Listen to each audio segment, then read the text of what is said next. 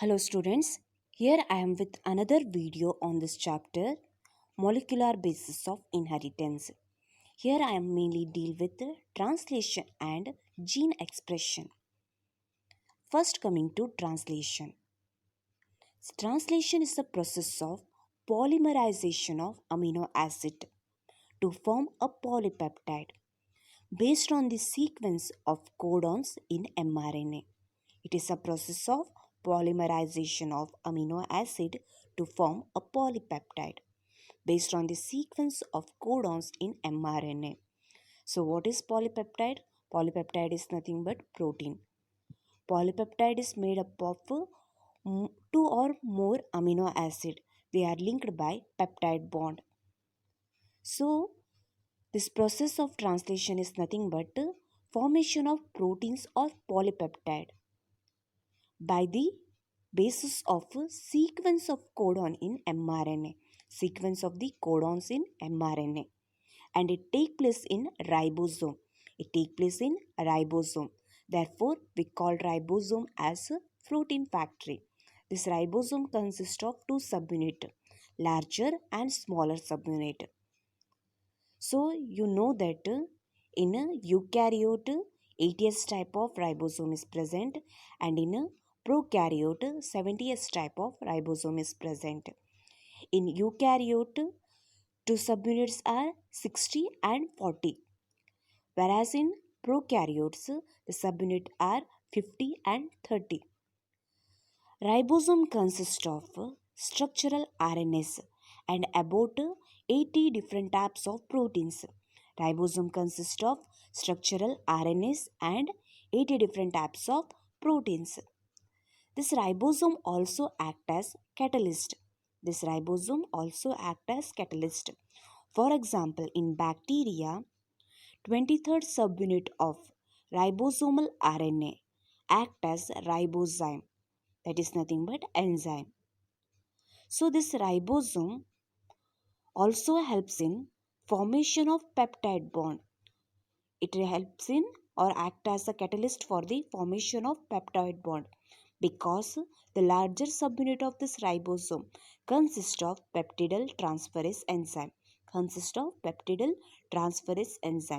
This peptidyl transferase enzyme helps in formation of peptide bond between two amino acid and forms a polypeptide. This translation consists of mainly four steps. First one is charging of tRNA, next initiation, elongation and termination. First coming to charging of amino acid of tRNA. Formation of peptide bond needs energy that is obtained from ATP molecule. Formation of peptide bond needs energy and it obtained from ATP molecule. For this, amino acid are activated. For this, amino acids are activated and linked to their cognate tRNA in presence of amino acyl tRNA synthesis. Thus, the tRNA become charged. So, what happens it seems?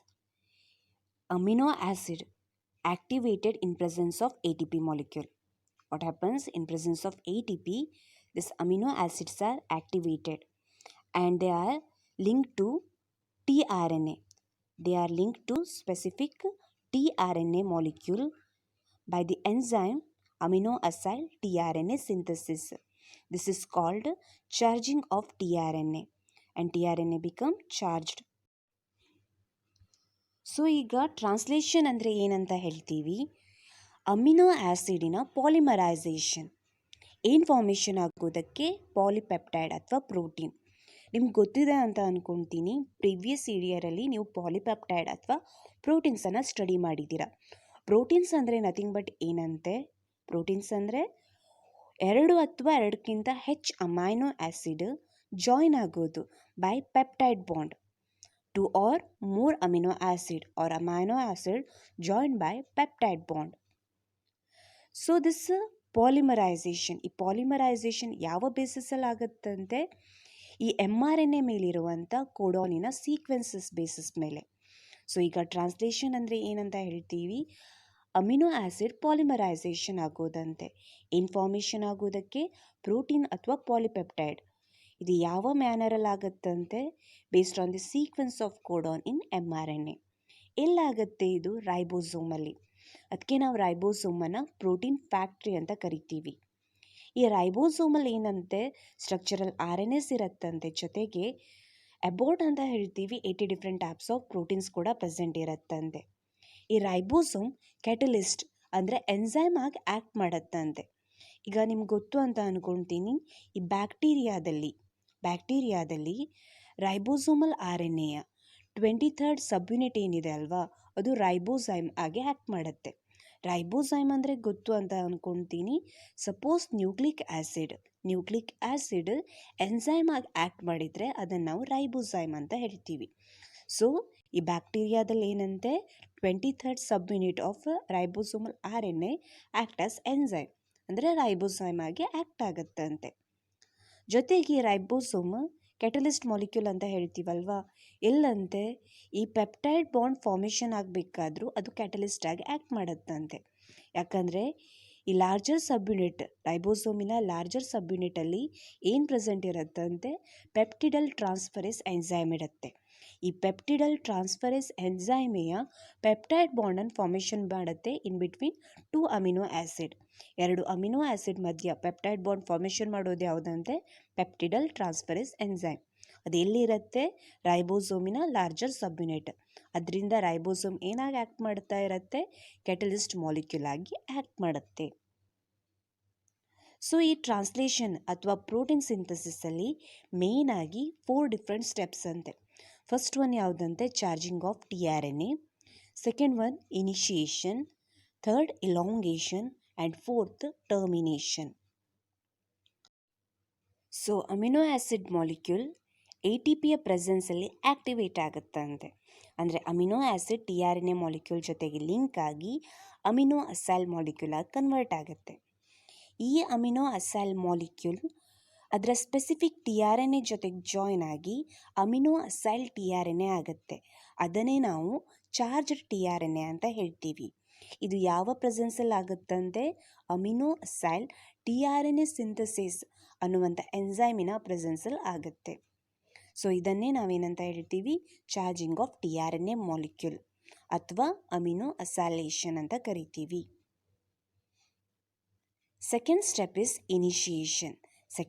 is initiation. In this, small subunit of ribosome binds to mRNA at a start codon.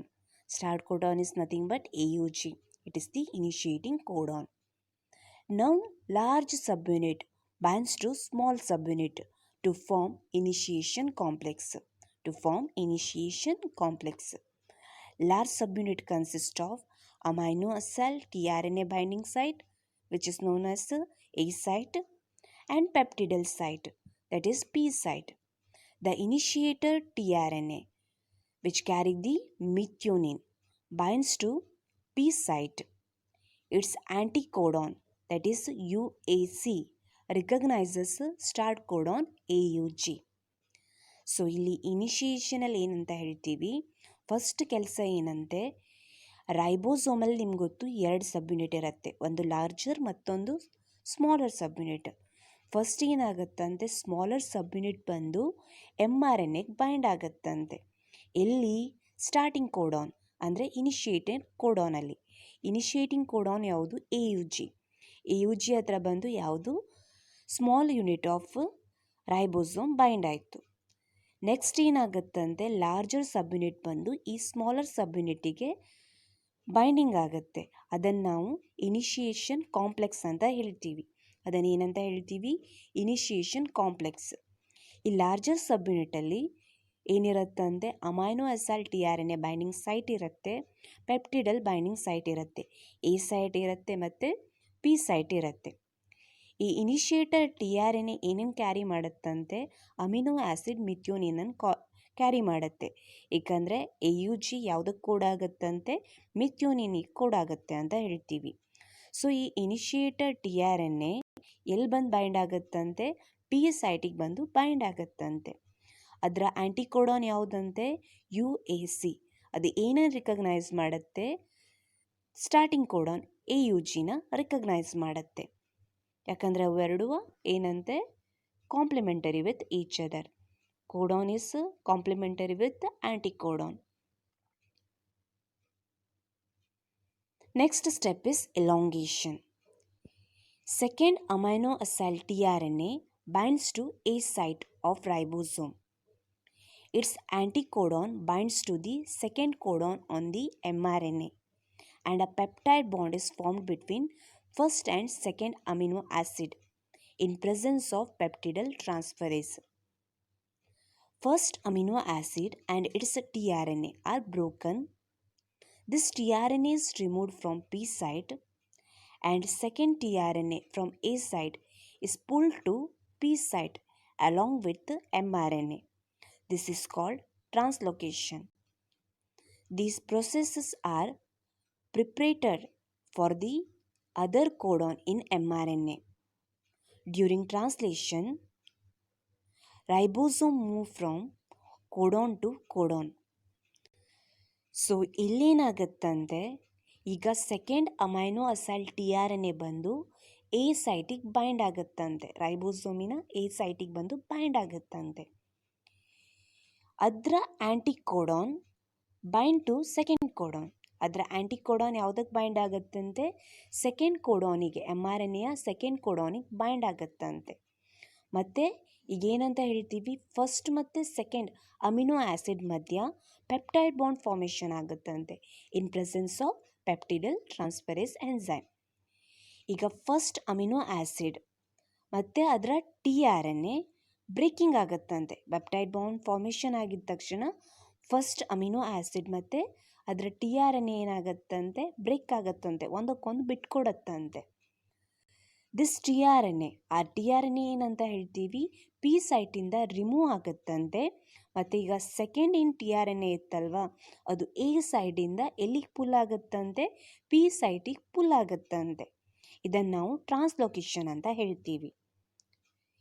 ಈಗ ಈ process ಏನಿದೆ ಅಲ್ವ, ಎರಡು process ಅವು repeated ಆಗಿ ಏನಾಗುತ್ತೆ ಅಂತ ಹೇಳ್ತೀವಿ, ಅದರ್ ಕೋಡಾನ್ಸ್ mRNAಯಲ್ಲಿ ಬ್ರಿಂಗ್ ಆಗುತ್ತೆ, ಜಾಯ್ನ್ ಆಗ್ತಾ ಹೋಗುತ್ತೆ. ಈ ಟ್ರಾನ್ಸ್ಲೊಕೇಶನ್ ಟೈಮಲ್ಲಿ ರೈಬೋಸೋಮ್ ಏನಾಗುತ್ತಂತೆ, ಒಂದು ಕೋಡಾನಿಂದ ಮತ್ತೊಂದು ಕೋಡಾನಿಗೆ ಮೂವ್ ಆಗ್ತಾ ಹೋಗುತ್ತೆ ಅಂತ ಹೇಳ್ತೀವಿ. Next is termination. When a release factor bind to stop codon, the translation terminates. ವೆನ್ release factor bind to stop codon, the translation is terminates. The polypeptide and tRNA are released from the ribosome. The ribosome dissociated into larger and smaller subunit. So in termination ಏನಾಗುತ್ತಂತೆ, ಈ release factor ಏನಿದೆ ಅಲ್ವಾ, ಯಾವುದಾದ್ರೂ ಒಂದು stop ಕೋಡಾನಿಗೆ bind ಆಯಿತು ಅಂದರೆ, ಯಾವ್ಯಾವ್ದು ಹೇಳಿ stop codon? UAA, UAG ಮತ್ತು UGA. ಇವು ಮೂರು ಏನಂತೆ, ಸ್ಟಾಪ್ ಕೋಡಾನ್ ಅಂತೆ. ಈ ಮೂರಲ್ಲಿ ಯಾವುದಾದ್ರೂ ಒಂದು ಸ್ಟಾಪ್ ಕೋಡಾನಿಗೆ ರಿಲೀಸಿಂಗ್ ಫ್ಯಾಕ್ಟರ್ ಬೈಂಡ್ ಆಯಿತು ಅಂತಂದರೆ ಅಲ್ಲಿ ಟ್ರಾನ್ಸ್ಲೇಷನ್ ಏನಾಗುತ್ತಂತೆ, ಟರ್ಮಿನೇಟ್ ಆಗುತ್ತೆ, ಸ್ಟಾಪ್ ಆಗುತ್ತೆ. ಒಂದು ಸತಿ ಟ್ರಾನ್ಸ್ಲೇಷನ್ ಟರ್ಮಿನೇಟ್ ಆಯಿತು ಅಂದ ತಕ್ಷಣ ಪಾಲಿಪೆಪ್ಟೈಡ್ ಚೈನ್ ಏನಿದೆ ಅಲ್ವಾ, ಅದು ರಿಲೀಸ್ ಆಗುತ್ತಂತೆ ರೈಬೋಸೋಮ್ ಜೊತೆಗೆ tRNA ಮಾಲಿಕ್ಯೂಲ್ ಕೂಡ ರಿಲೀಸ್ ಆಗುತ್ತಂತೆ. ಈಗ ಇಷ್ಟಾದ ನಂತರ ಈ ರೈಬೋಸೋಮಿನ ಲಾರ್ಜರ್ ಮತ್ತು ಸ್ಮಾಲರ್ ಸಬ್ಯೂನಿಟ್ ಕೂಡ ಒಂದಿಂದ ಒಂದು ಡಿಸೋಸಿಯೇಟ್ ಆಗುತ್ತಂತೆ. ಇದನ್ನೇ ನಾವೇನಂತ ಹೇಳ್ತೀವಿ, ಟರ್ಮಿನೇಷನ್ ಪ್ರೊಸೆಸ್ ಅಂತ ಹೇಳ್ತೀವಿ. A group of ribosome associated with a single mRNA for a translocation is called as polyribosome or polysome. Polysome ಅಥವಾ ಪಾಲಿರೈಬೋಸೋಮ್ ಅಂದರೆ ಏನಂತೆ, group of ribosome associate with single mRNA for translation is called as polyribosome or polysome ಅಂತ ಹೇಳ್ತೀವಿ. ಈಗ ನೀವು ಕೇಳಿರ್ತೀರಾ ಅಂತ ಅಂದ್ಕೊಳ್ತೀನಿ, ಈ ಬ್ಯಾಕ್ಟೀರಿಯಾದಲ್ಲಿ ಪಾಲಿರೈಬೋಸೋಮ್ ಪ್ರೆಸೆಂಟ್ ಇರುತ್ತೆ ಅಥವಾ ಪಾಲಿಸೋಮ್ಸ್ ಪ್ರೆಸೆಂಟ್ ಇರುತ್ತೆ. ಇಲ್ಲಿ ಸಿಂಗಲ್ mRNAಗೆ ಗ್ರೂಪ್ ಆಫ್ ರೈಬೋಸೋಮ್ ಏನಾಗಿರುತ್ತಂತೆ, ಅಸೋಸಿಯೇಟ್ ಆಗಿರುತ್ತೆ. An mRNA has a additional sequence that are not translated, that is called as untranslated region or UTR. What is UTR? UTR is a region on mRNA. It is a sequence of mRNA that are not translated.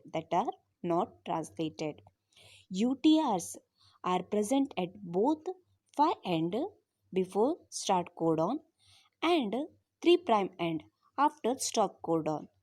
They are required for efficient translation process. ಈಗ suppose ಒಂದು single mRNA ಮಾಲಿಕ್ಯೂಲಿಗೆ group of ribosome associate ಆಯಿತು ಅಂದರೆ ಅದನ್ನು ನಾವು ಪಾಲಿರೈಬೋಸೋಮ್ ಅಥವಾ ಪಾಲಿಸೋಮ್ ಅಂತ ಕರಿತೀವಿ. ಈಗಿಲ್ಲಿ ಏನಂತ ಹೇಳ್ತೀವಿ, mRNAಯಲ್ಲಿ ಅನ್ಟ್ರಾನ್ಸ್ಲೇಟೆಡ್ ರೀಜನ್ ಇರುತ್ತೆ ಅಂತ ಹೇಳ್ತೀವಿ. ಅನ್ಟ್ರಾನ್ಸ್ಲೇಟೆಡ್ ರೀಜನ್ ಅಥವಾ UTR ಅಂದರೆ ಏನಂತೆ, ಈ ರೀಜನಲ್ಲಿ ಏನಾಗಲ್ಲ, ಟ್ರಾನ್ಸ್ಲೇಷನ್ ಆಗಲ್ಲ. ಈ ರೀಜನ್ ಏನು 5' ಎಂಡಲ್ಲೂ ಇರುತ್ತೆ, 3' ಎಂಡಲ್ಲೂ ಇರುತ್ತೆ. ನಿಮ್ಗೆ ಗೊತ್ತು, ಈಗ ರೈಬೋಸೋಮಿನ ಸಬ್ಯುನಿಟ್, ಸ್ಮಾಲರ್ ಸಬ್ಯುನಿಟ್ ಬಂದು ಬೈಂಡ್ ಆಗೋದು ಯಾವುದಕ್ಕಂತೆ AUGಗೆ. AUGಗಿಂತ ಮುಂಚೆ ಇರುವಂಥದ್ದು, ಸ್ಟಾರ್ಟಿಂಗಲ್ಲಿ ಇರುವಂಥದ್ದು ಕೋಡಾನ್ಸ್ ಏನಿರುತ್ತಲ್ವ, ಅವು ಏನಾಗಲ್ಲ, ಟ್ರಾನ್ಸ್ಲೇಟ್ ಆಗಲ್ಲ. ಯಾವಾಗ ರಿಲೀಸಿಂಗ್ ಫ್ಯಾಕ್ಟರ್ ಸ್ಟಾಪ್ ಕೋಡಾನಿಗೆ ಅಟ್ಯಾಚ್ ಆಗಿದ ತಕ್ಷಣ ಟರ್ಮಿನೇಷನ್ ಆಗುತ್ತೆ. ಅದ್ರ ನೆಕ್ಸ್ಟ್ ಇರುವಂಥ ಕೋಡಾನ್ಸ್ ಅವು ಏನಾಗಿ ಆ್ಯಕ್ಟ್ ಮಾಡುತ್ತೆ, UTR ಆಗಿ ಆ್ಯಕ್ಟ್ ಮಾಡುತ್ತೆ. ಈ UTR ಯಾವುದಕ್ಕೆ ಬೇಕಂತೆ, ಟ್ರಾನ್ಸ್ಲೇಷನ್ ಪ್ರೊಸೆಸ್ ಎಫಿಷಿಯೆಂಟ್ ಆಗೋದಕ್ಕೆ ರಿಕ್ವೈರ್ಡ್ ಅಂತ ಹೇಳ್ತೀವಿ. ಸೊ ಈಗ ಟ್ರಾನ್ಸ್ಲೇಷನ್ ಇನ್ ಆ್ಯಕ್ಷನ್ ನೋಡಿ ಇಲ್ಲಿ ಏನಾಗುತ್ತೆ ಅಂತ. ಸೊ ಇಲ್ಲಿ ಏನಂತ ಹೇಳ್ತೀವಿ, TRNS ಇದೆ, ಅವು ಏನು ಆ್ಯಕ್ಟಿವೇಟೆಡ್ TRNA ಮಾಲಿಕ್ಯೂಲ್. ರೈಬೋಸೋಮಿನ ಲಾರ್ಜರ್ ಸಬ್ಯುನಿಟ್, ಮತ್ತೊಂದು ಸ್ಮಾಲರ್ ಸಬ್ಯುನಿಟ್, ಮತ್ತು mRNA ಮಾಲಿಕ್ಯೂಲ್ ಇದೆ, ಪೆಪ್ಟಿಡಲ್ ಟ್ರಾನ್ಸ್ಫರೇಸ್ ಎನ್ಸೈಮ್ ಇದೆ. ಫಸ್ಟ್ ಸ್ಟೆಪ್ ಏನಾಗುತ್ತಂತೆ, ಇನಿಷಿಯೇಷನ್ ಕಾಂಪ್ಲೆಕ್ಸ್ ಫಾರ್ಮೇಷನ್ ಆಗುತ್ತೆ. ಈ ಸ್ಮಾಲರ್ ಸಬ್ಯುನಿಟ್ ಬಂದು ಯಾವುದನ್ನು AUGನ ರಿಕಗ್ನೈಸ್ ಮಾಡಿ ಬೈಂಡ್ ಆಗುತ್ತಾ, ನೆಕ್ಸ್ಟ್ ಲಾರ್ಜರ್ ಸಬ್ಯುನಿಟ್ ಬಂದು ಬೈಂಡ್ ಆಗುತ್ತೆ. ಈ ಲಾರ್ಜರ್ ಸಬ್ಯುನಿಟಲ್ಲಿ A site, P site, E site ಇರುತ್ತೆ. ನೆಕ್ಸ್ಟ್ ಏನಾಗುತ್ತಂತೆ, ಈ ಮಿಥ್ಯೂನಿನ್ ಕ್ಯಾರಿ ಮಾಡುವಂಥ TRNA ಮಾಲಿಕ್ಯೂಲ್ ಬಂದು P ಸೈಟಿಗೆ ಜಾಯ್ನಿಂಗ್. ಇಲಾಂಗೇಷನಲ್ಲಿ ಏನಾಗುತ್ತೆ, A ಸೈಟಿಗೆ ಬಂದು ಮತ್ತೊಂದು ಏನಾಗುತ್ತೆ, ಯಾವುದು ಆ್ಯಕ್ಟಿವೇಟೆಡ್ TRNA ಬಂದು ಜಾಯಿನ್ ಆಗುತ್ತೆ. ಈಗ A ಸೈಟಲ್ಲಿ P ಸೈಟಲ್ಲಿ ಇರುವಂಥ ಅಮಿನೋ ಆ್ಯಸಿಡ್ ಮಧ್ಯ ಈ ಪೆಪ್ಟಿಡಲ್ ಟ್ರಾನ್ಸ್ಫರೇಸ್ ಏನು ಮಾಡುತ್ತೆ, ಪೆಪ್ಟೈಡ್ ಬಾಂಡನ್ನು ಫಾರ್ಮೇಷನ್ ಮಾಡುತ್ತೆ. ಆ್ಯಸ್ ಅ ರಿಸಲ್ಟ್ ಏನಾಗುತ್ತಂತೆ, ಈ P ಸೈಟಿಂದ TRNA ಮೂವ್ ಆಗುತ್ತೆ. P ಸೈಟಿಂದ TRNA ಮೂವ್ ಆಗುತ್ತೆ. ನೆಕ್ಸ್ಟ್ ಎಲ್ಲಿರುವಂಥದ್ದು P ಸೈಟಿಗೆ ಮೂವ್ ಆಯಿತು. ಈಗ ನೆಕ್ಸ್ಟ್ ಸಪೋಸ್ ಟರ್ಮಿನೇಷನಲ್ಲಿ ಏನಾಗುತ್ತಂತೆ, ಯಾವಾಗ ಈ ರಿಲೀಸಿಂಗ್ ಫ್ಯಾಕ್ಟರ್ ಯಾವುದು ಸ್ಟಾಪ್ ಕೋಡಾನಿಗೆ ಬಂದು ಅಟ್ಯಾಚ್ ಆಯಿತು, ಇಲ್ಲಿಗೆ ಏನಾಯಿತು, ಟರ್ಮಿನೇಷನ್ ಸ್ಟಾಪ್ ಆಯಿತು. ನೆಕ್ಸ್ಟ್ ಅವೆಲ್ಲ ಯಾವುದ್ಯಾವುದು ಪಾಲಿಪೆಪ್ಟೈಡ್ ಚೈನ್ ರಿಲೀಸ್ ಆಗುತ್ತಂತೆ, TRNA ಮಾಲಿಕ್ಯೂಲ್ ರಿಲೀಸ್ ಆಗುತ್ತಂತೆ, ಜೊತೆಗೆ ಲಾರ್ಜರ್ ಮತ್ತು ಸ್ಮಾಲರ್ ಸಬ್ಯುನಿಟ್ ಒಂದಕ್ಕೊಂದು ಡಿಸೋಸಿಯೇಟ್ ಆಗುತ್ತೆ ಅಂತ ಹೇಳ್ತೀವಿ. ಇದು ಟ್ರಾನ್ಸ್ಲೇಷನ್ ಯಾವುದ್ರಲ್ಲಂತೆ, ಇನ್ ಆ್ಯಕ್ಷನಲ್ಲಿ. Next coming to regulation of gene or gene expression. Regulation of gene expression. In eukaryote, gene expression occurs by following level. In eukaryote, gene expression occurs by following level. First one is transcriptional level, formation of primary transcript. Second one is processing level, splicing and capping, etc. Third one is transport of mRNA from nucleus to cytoplasm. Next, translation level, formation of a polypeptide. Remember one thing, in eukaryote, true nucleus is present. That means nucleus is surrounded by nuclear membrane. So here, transcription occurs in nucleus. Transcription, that is formation of RNAs, occurs in nucleus. But translation occurs in cytoplasm. So, in eukaryotic gene expression occurs in a following step. Which are the steps? First is transcriptional level. That means gene is transcribed into hnRNA. Second one is processing level. Here hnRNA undergo slicing. As a result, introns are removed, exons are joined. Next, capping, tailing is occurred.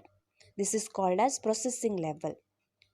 Next step is transport of mRNA from nucleus to cytoplasm.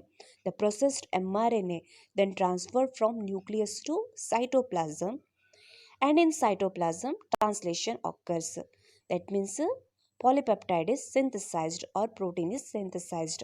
These are the four levels of gene expression in eukaryote. ಈಗ ಯುಕ್ಯಾರಿಯೋಟಲ್ gene ಎಕ್ಸ್ಪ್ರೆಷನಲ್ಲಿ 4 level ಇದೆ ಅಂತೆ. ಯಾವ್ಯಾವುದಂತ ಹೇಳ್ತೀವಿ? ಟ್ರಾನ್ಸ್ಕ್ರಿಪ್ಷನಲ್ level ಅಂತೆ, processing level ಅಂತೆ, ಮತ್ತು mRNA transport level ಮತ್ತು translation level ಅಂತೆ. ಒಂದು ನೆನ್ಪಿಟ್ಕೊಳ್ಳಿ, ಈ ಯುಕ್ಯಾರಿಯೋಟಲ್ಲಿ ಟ್ರಾನ್ಸ್ಕ್ರಿಪ್ಷನ್ ಏನು ನ್ಯೂಕ್ಲಿಯಸ್ಸಲ್ಲಿ ಆಗುತ್ತೆ, ಟ್ರಾನ್ಸ್ಲೇಷನ್ ಎಲ್ಲ ಆಗುತ್ತೆ ಸೈಟೋಪ್ಲಾಸಮ್. ಯಾಕಂದರೆ ಯುಕ್ಯಾರಿಯೋಟಲ್ಲಿ ಟ್ರೂ ನ್ಯೂಕ್ಲಿಯಸ್ ಇರುತ್ತೆ, ಯಾಕಂದರೆ nucleus surrounded by nuclear membrane ಅಂತ ಹೇಳ್ತೀವಿ. ಟ್ರಾನ್ಸ್ಕ್ರಿಪ್ಷನ್ ಗೊತ್ತು ನಿಮಗೆ, synthesis of RNA from DNA ಅಂತ ಹೇಳ್ತೀವಿ. ಸೊ ಈ ಟ್ರಾನ್ಸ್ಕ್ರಿಪ್ಷನಲ್ ಲೆವೆಲಲ್ಲಿ ಜೀನಿಂದ ಅಂದರೆ DNAಯಿಂದ ಏನಾಗುತ್ತಂತೆ, mRNA ಸಿಂಥಸೈಸ್ ಆಗುತ್ತೆ. ಯಾವುದದು? ಹೆಟ್ರೋನ್ಯೂಕ್ಲಿಯರ್ RNA ಸಿಂಥಸೈಸ್ ಆಗುತ್ತೆ. ಈ ಹೆಟ್ರೋನ್ಯೂಕ್ಲಿಯರ್ RNAಯಿಂದ ಇಂಟ್ರೋನ್ಸ್ ರಿಮೂವ್ ಆಗಿ ಎಕ್ಸೋನ್ಸ್ ಜಾಯಿನ್ ಆಗುವಂಥ ಪ್ರೊಸೆಸ್ಸಿಂಗ್ ನಾವು ಸ್ಲೈಸಿಂಗ್ ಅಂತ ಹೇಳ್ತೀವಿ.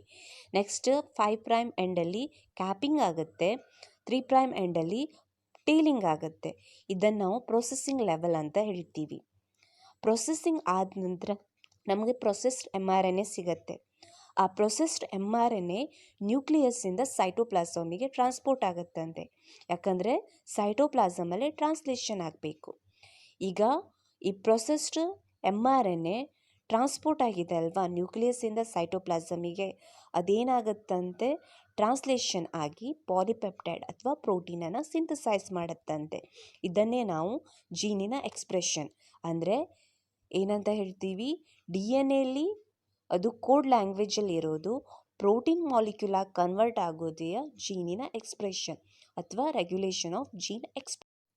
Whereas in prokaryotes, only two levels are present, transcriptional level and translational level. Other two levels are absent, in which transcriptional level is the predominant one. Transcriptional level is predominant one that control the gene expression in prokaryotes. So, why the processing level and transport of mRNA from nucleus to cytoplasm are absent in prokaryote? Because in prokaryote, the gene is made up of only coding sequence. Non-coding sequence are not present, only made up of coding sequence. Therefore, it is called as unsplit gene. So, in transcription, entire DNA segment is transcribed into mRNA. Therefore, there is no need of processing like splicing, capping, tailing. Here, entire DNA is transcribed into mRNA molecule, functional mRNA. Later, there is no need for transport of this mRNA from nucleus to cytoplasm because in prokaryotes, true nucleus is absent. The nucleoid is present in cytoplasm itself. Therefore, both transcription and translation occurs in cytosol or cytoplasm. Therefore, there is no need for transport of mRNA. So, in prokaryote, only two levels, which are the transcriptional level and translational level. Which is the predominant one? Transcriptional level is predominant one. Next, the condition that regulate the gene expression are metabolic, physiological and environmental. So, metabolic, physiological and environmental condition regulate the gene expression. For example, in Escherichia coli, the beta-galactosidase enzyme hydrolyzes lactose into galactose and glucose. In absence of this lactose, the synthesis of beta-galactosidase is stopped. So, in Escherichia coli, beta-galactosidase enzyme hydrolyzes lactose into galactose and glucose. Whereas in absence of this lactose, there is no need of synthesis of this beta-galactosidase enzyme. So, the beta galactosidase enzyme synthesis will stop in absence of this lactose. And in development of and differentiation of embryo into adult are result of the expression of several set of genes. Several set of genes expressed as a result development and differentiation of embryo into adult occurs.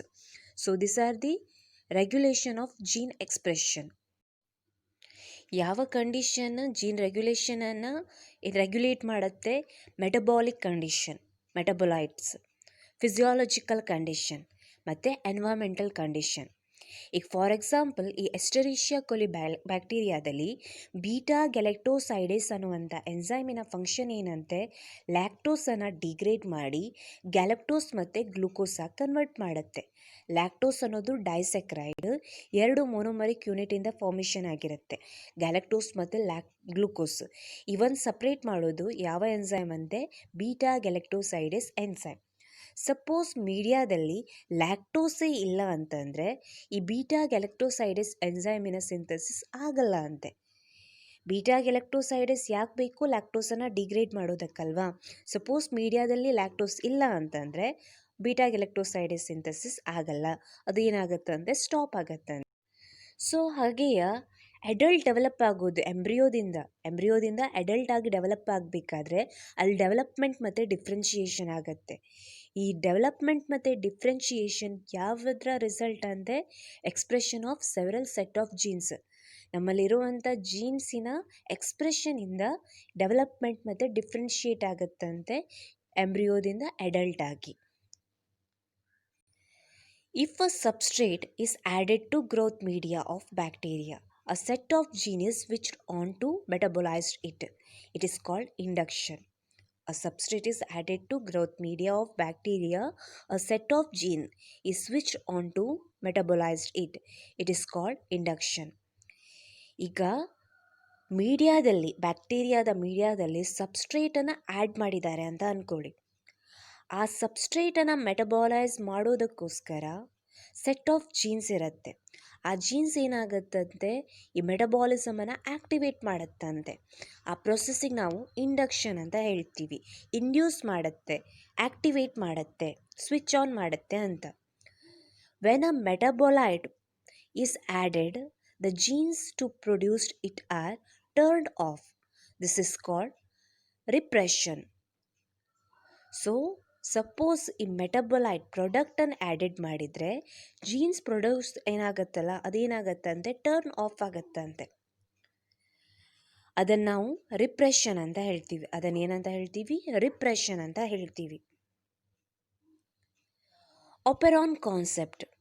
Next coming to operon concept. Each metabolic reaction is controlled by a set of genes. Each metabolic reaction is controlled by set of genes. All the genes regulating a metabolic reaction constitute a operon. So, each metabolic reaction controlled by a set of genes. All the genes which regulate a metabolic reaction constitute an operon. For example, LAC operon, TRP operon, ARA operon, His operon, Val operon, etc. ಎಲ್ಲ metabolic reaction set of ಜೀನಿಂದ controlled ಆಗಿರುತ್ತೆ. ಈ ಎಲ್ಲ gene metabolic ರಿಯಾಕ್ಷನನ್ನು regulate ಮಾಡಿ ಏನೇನು formation ಮಾಡುತ್ತೆ? ಆಪೆರಾನನ್ನು constitute ಮಾಡುತ್ತೆ. ಎಕ್ಸಾಂಪಲ್ ಯಾವುದಂತೆ? Lac operon, TRP operon, ARA operon, his operon, val operon, etcetera. Coming to lac operon. Lac operon is a operon controlling the lactose metabolism. Lac operon is a operon controlling the lactose metabolism. It is proposed by Jacob and Monod. Lac operon ಏನನ್ನು control ಮಾಡುತ್ತಂತೆ? Lactose ಮೆಟಬಾಲಿಸಮನ್ನು control ಮಾಡುತ್ತಂತೆ. ಇದನ್ನು ಯಾರು propose ಮಾಡಿದ್ದು? Jacob ಮತ್ತು Monod propose ಮಾಡಿದ್ದು. Lac operon consists of a regulatory gene, structural genes, operator gene, and promoters region. A regulatory gene, it is also called as inhibitor gene, that code for a repressor protein. that code for repressor protein. This repressor protein bind to operator region and prevent the RNA polymerase from transcribing the three structural genes, that is LAC-Z, LAC-Y and LAC-A. Repressor protein bind to operator region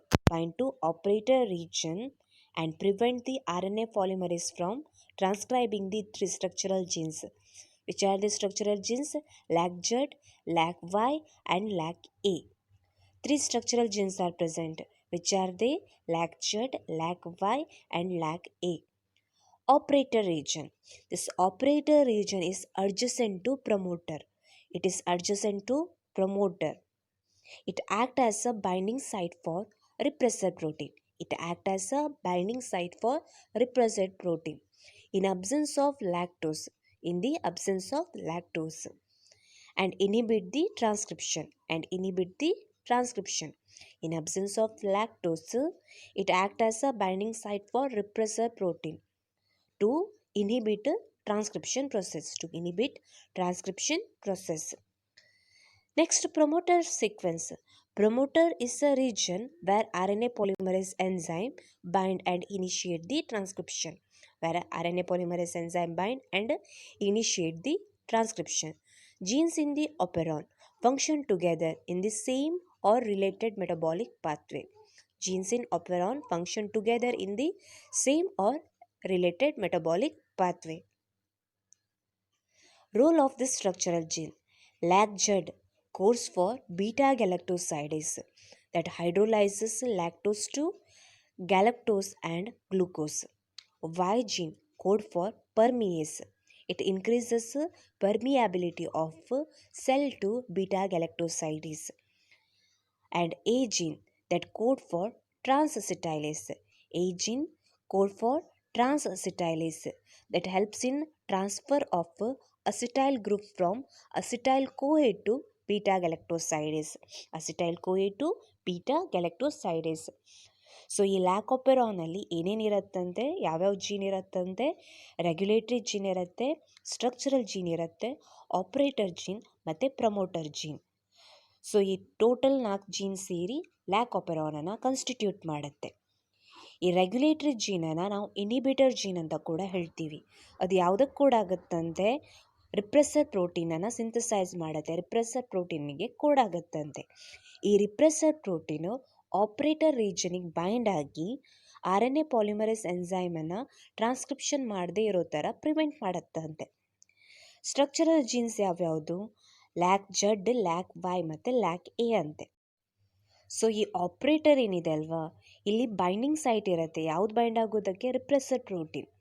suppose lactose ಮೀಡಿಯಾದಲ್ಲಿ absent ಇದೆ ಅಂತಂದರೆ ಈ regressor protein ಹೋಗಿ operator ಸೀಕ್ವೆನ್ಸಿಗೆ bind ಆಗಿ RNA polymerase ಎನ್ಸೈಮನ್ನು transcribe ಆಗದೇ ಇರೋ ಥರ prevent ಮಾಡುತ್ತೆ.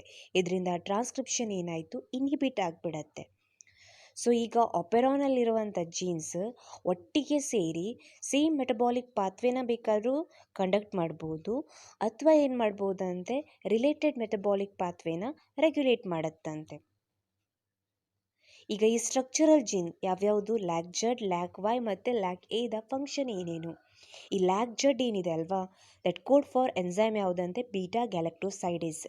ಈ ಬೀಟಾ ಗ್ಯಾಲಕ್ಟೋಸೈಡೇಸಿನ ಮೇನ್ ಫಂಕ್ಷನ್ ಏನಂತೆ? ಲ್ಯಾಕ್ಟೋಸನ್ನು ಡಿಗ್ರೇಡ್ ಮಾಡಿ ಗ್ಯಾಲಕ್ಟೋಸ್ ಮತ್ತು ಗ್ಲೂಕೋಸ್ ಆಗಿ ಕನ್ವರ್ಟ್ ಮಾಡುತ್ತಂತೆ. Y ಜೀನ್ ಏನಿದೆ ಅಲ್ವಾ, ಅದು ಯಾವುದಕ್ಕೆ ಕೋಡ್ ಆಗುತ್ತಂತೆ? ಏನನ್ನು ಸಿಂಥಸೈಸ್ ಮಾಡುತ್ತಂತೆ? ಪರ್ಮಿಯಸ್ ಎನ್ಸೈಮನ್ನು ಸಿಂಥಸೈಸ್ ಮಾಡುತ್ತಂತೆ. ಈ ಪರ್ಮಿಯಸ್ ಎನ್ಸೈಮಿನ ಮೇನ್ ಫಂಕ್ಷನ್ ಏನಂತೆ? ಪರ್ಮಿಯಾಬಿಲಿಟಿನ ಇನ್ಕ್ರೀಸ್ ಮಾಡುತ್ತಂತೆ. ಸೆಲ್ಲಿನ ಪರ್ಮಿಯಾಬಿಲಿಟಿನ ಯಾವುದನ್ನು ತೊಗೊಳೋದಕ್ಕೆ? ಈ ಬೀಟಾ ಗ್ಯಾಲಕ್ಟೋಸೈಡಸ್ ಎನ್ಸೈಮನ್ನು ತೊಗೊಳೋದಕ್ಕೆ. ನೆಕ್ಸ್ಟ್ ಎ ಜೀನ್ ಏನಿದೆ ಅಲ್ವಾ, ಅದು ಯಾವುದಕ್ಕೆ ಅಂದರೆ ಟ್ರಾನ್ಸ್ ಅಸಿಟೈಲೇಸಿಗೆ ಕೋಡ್ ಆಗುತ್ತಂತೆ. ಈ ಟ್ರಾನ್ಸ್ ಅಸಿಟೈಲೇಸ್ ಏನು ಫಂಕ್ಷನ್ ಮಾಡುತ್ತಂತೆ? ಅಸಿಟೈಲ್ ಗ್ರೂಪನ್ನು ಅಸಿಟೈಲ್ ಕೋಯೆಯಿಂದ ಬೀಟಾ ಗ್ಯಾಲಕ್ಟೋಸೈಡೇಸಿಗೆ ಟ್ರಾನ್ಸ್ಫರ್ ಮಾಡುತ್ತಂತೆ. ಅಸಿಟೈಲ್ ಗ್ರೂಪನ್ನು ಎಲ್ಲಿಂದ? ಅಸಿಟೈಲ್ ಕೋಯೆಯಿಂದ ಬೀಟಾ ಗ್ಯಾಲಕ್ಟೋಸೈಡೇಸಿಗೆ ಟ್ರಾನ್ಸ್ಫರ್ ಮಾಡುತ್ತೆ. ಇವು ಸ್ಟ್ರಕ್ಚರಲ್ ಜೀನಿನ ರೋಲ್.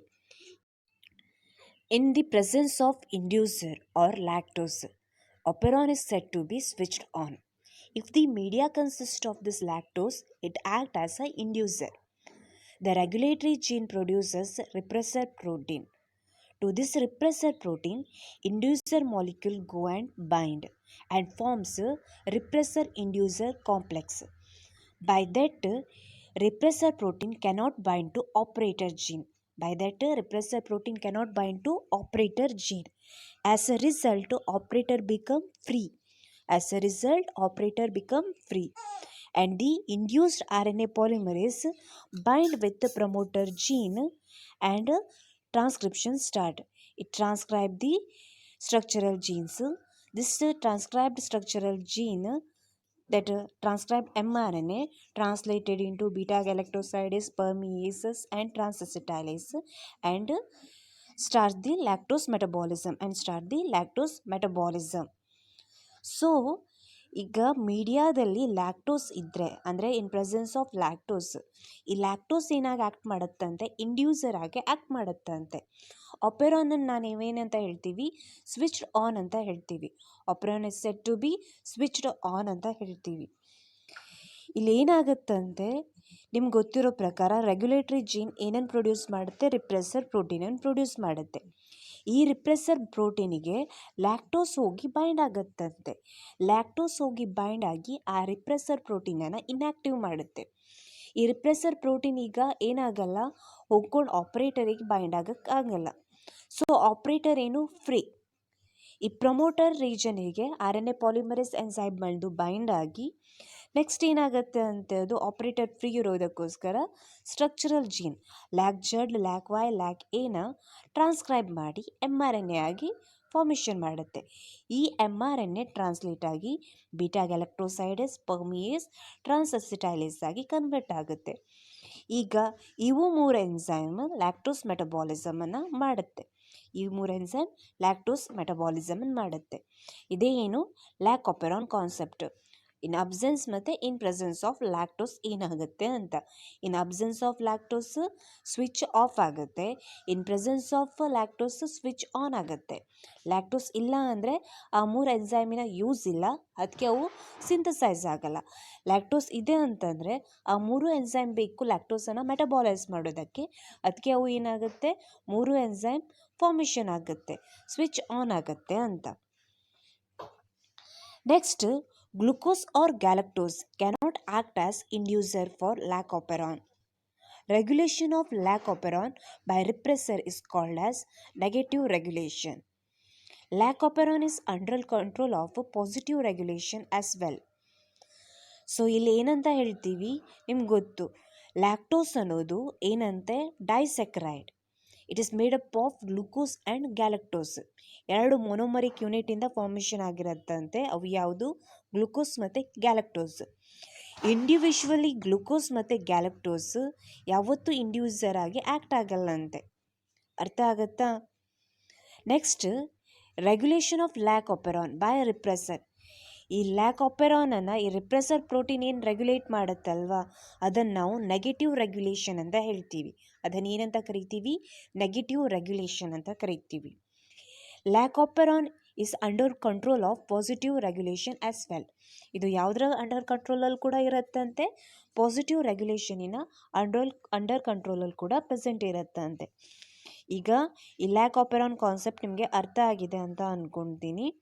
ಒಂದು ನೆನ್ಪಿಟ್ಕೊಳ್ಳಿ, ಲ್ಯಾಕ್ಟೋಸ್ ಮಾಲಿಕ್ಯೂಲ್ ಏನಾಗಿ ಆ್ಯಕ್ಟ್ ಮಾಡ್ತಾ ಇರುತ್ತೆ, ಇಂಡ್ಯೂಸರ್ ಆಗಿ ಆ್ಯಕ್ಟ್ ಮಾಡುತ್ತೆ. Why lactose is called as inducer ಅಂತ ಅಂದರೆ, lactose inactive the repressor. Lactose inactive the repressor and induce the transcription of structural gene. It induces the transcription of structural gene. What is negative regulation of operon anta andre? It is a type of gene regulation in which free repressor bind to operator and inhibit the transcription.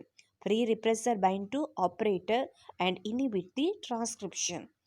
This is for lac operon concept. This is for lac operon concept. So this is the end of this video. Thank you one and all.